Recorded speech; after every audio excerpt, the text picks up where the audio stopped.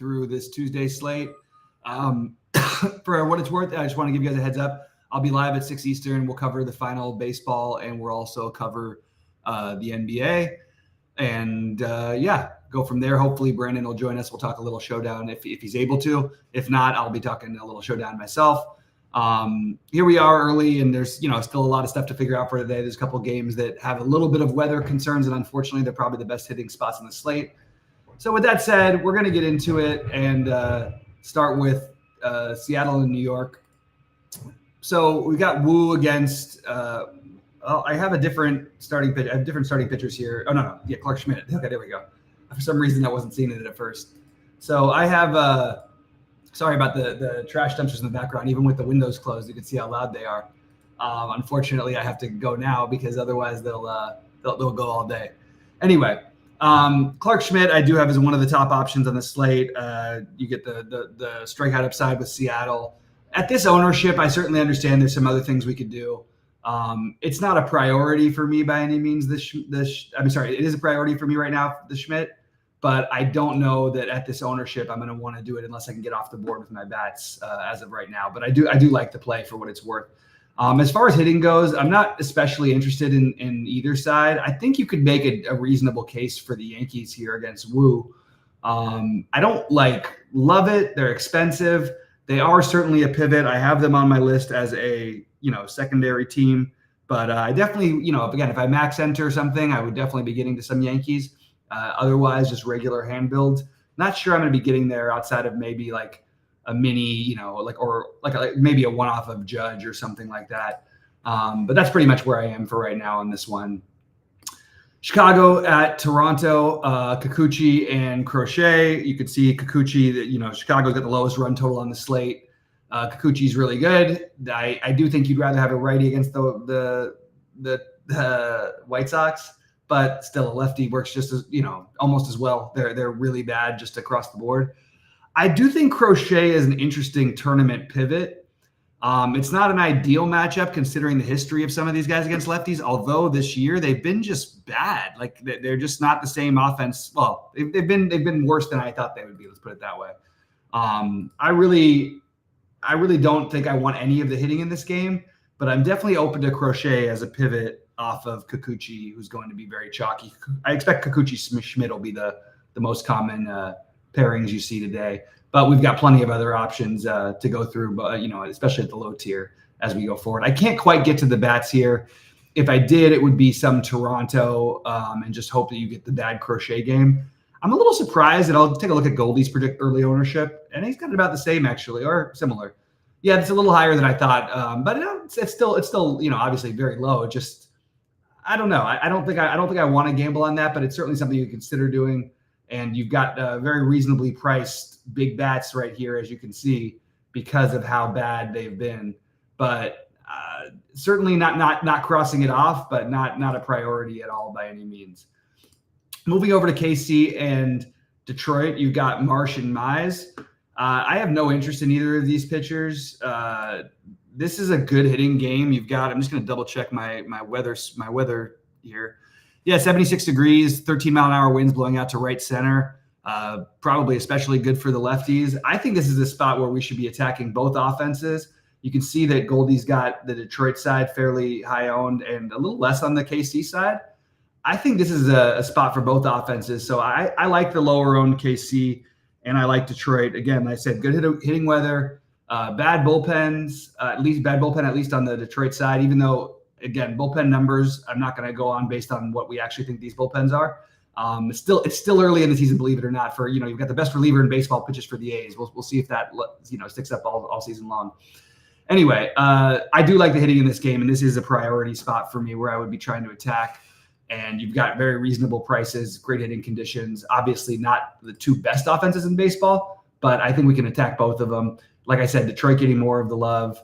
I don't mind flipping and going to Kansas City on the other side. I think you're gonna have a lot of pieces from this game either way because there's some well-priced pieces and some guys I want to pay up for. So I do like that spot a little bit. This is the biggest one, and I'll take the over on what the spread is right now. This is the biggest Wrigley game we've had so far this year, at least of any slate that wasn't on the weekend that I might have missed. 25-mile-an-hour winds blowing out to left center, 85 degrees. This feels like a game stack spot, and I don't think it'll be the only one. If Charlie Morton really ends up 20% owned, I will be beyond stunned. He just got hit around from this team in Atlanta on a bad hitting weather day. Assad was actually good against Atlanta in that game with no Acuna, but I like the idea, and I stacked Atlanta that day. I'm going to go right back to it today. Unfortunately for me, I'm not going to be getting super different ownership-wise. I actually think these ownerships might come up a little bit. You can see the Chicago side is going to be lower owned than the Atlanta side, although it's actually closer than I thought. But I do think this is a spot you want to prioritize. There is potential rain and some delays. So I'm off the pitchers anyway, just because this game has an 11 run total. You can see it at only 10.2 here on SaberSim. That's the projected. I love this spot. And if people aren't all over this, I'll be surprised. Much like the Dodgers last night, who I talked about all day, I couldn't believe the ownership. And of course, by the time it comes down to game time, everybody's like 20% owned. I feel like the same thing's going to happen here. But I do love both these teams. They are priorities for me. And I will be very, very heavily invested in the Atlanta-Chicago side of things. Baltimore-St. Louis. This game has the most serious weather concerns of any. I definitely don't want any of the pitching here. It's 88 degrees in St. Louis, 18-mile-an-hour winds blowing out to left. All the weather is switching, and we're getting these good hitting games. But you can see a difference between SaberSim and Goldie's projections. Goldie's tend to be more accurate by the time they're done. Now he'll update them in the afternoon.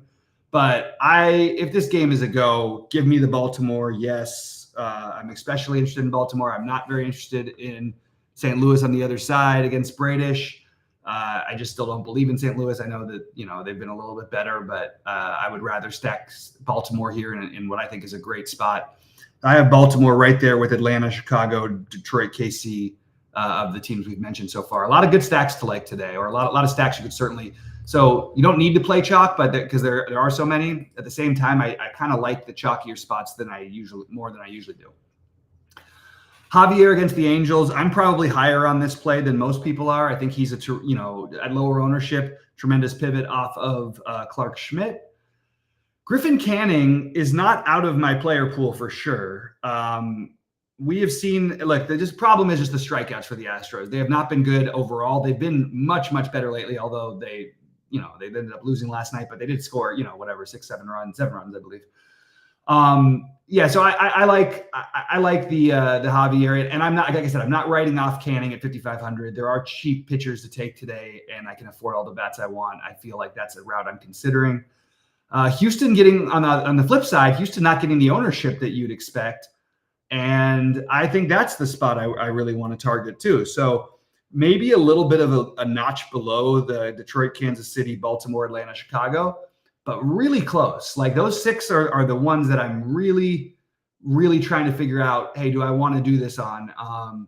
I think I do. I think I'm going to probably try to get exposure some way or another to each of these. And it's funny, they made it, there's all these games at 6:30 and 6:40 Eastern tonight. So it's kind of made it into like a nice little tidy slate, which does mean, again, you don't have to fully 5-man stack to get through, to get home. But I do think that it is certainly viable if you wanted to, especially on the Houston side. And like I said, I'm not getting to the Angels, although maybe after last night I should. They looked awesome last night, but I'm not getting there myself against Javier. I do like the Javier play, and I'm going to side with the Angels' offense just not being good rather than an outlier game against the lefty. All right. Colorado and Oakland.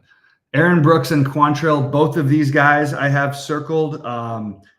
For what it's worth, look at Kyle Quantrill's year this year. I mean, he's put up some really, really nice games, and you get Oakland. Oakland, you have Aaron Brooks, you get Colorado. It's just simple as that for me. Now, it's a little bit nicer than usual in Oakland. It's going to be 68 degrees. We've been playing the mid-50s, high 50s a lot this year. I'm not getting to the stacks because I liked too many other ones. But if you wanted to find something cheap to pair with them, I certainly think you could argue for the Oakland, especially side of things because of the pricing. And these are not like superstar pitchers. This is just we're playing them from a price point deal. If we wanted to get a secondary stack that's cheap, I think the A's depending on what kind of lineup they run out there, are certainly going to be on the list of teams you consider, because all these other ones I've mentioned, Baltimore, Atlanta, Chicago, Houston, not Detroit so much, but Detroit is the other cheap complementary stack that makes a lot of sense, along with Oakland, in my opinion. All right, let's talk about the Dodger game here tonight. Stone and Fott. Look, I have nothing against Gavin Stone as a pitcher or Fott. I'm not going to be using either of them today. I am going to say that this is the last, and again, it's still not great, temperature wise, 63 degrees in LA, but I think you can make an argument for both of these stacks as super low owned, especially the Diamondbacks are going to be just unowned. I think these are your pivot stacks off of all the ones I mentioned. I like the Dodgers as always. Like I say, whenever they're going to be sub 10%, you just get way over the field on them, and you're probably going to be doing the right thing. Last night paid off. I think Sheets took like 4th in the lottery on FanDuel. I don't know if it was with a Dodger stack, but I'm going to guess that it might have been, because they did hit the 3 home runs last night in 1 inning, and it's too explosive of an offense. So I am very, very into the Dodgers. The problem is there's just so many other stacks that I like a lot. So I have the Atlanta-Chicago game, to sort of sum things up, rated first, just both sides of it, but especially Atlanta. I have Baltimore rated next. The problem is I am a little concerned about the weather, so hopefully we get a good report. Shout out to Kevin Roth for Roto Grinders, does a great job. There's very few things I feel like we can't compete on. We have multiple projection systems. We've got, a lot of things that other sites have. We don't have a weatherman, and Kevin Roth does a great job. So shout out to him for doing a great job over there.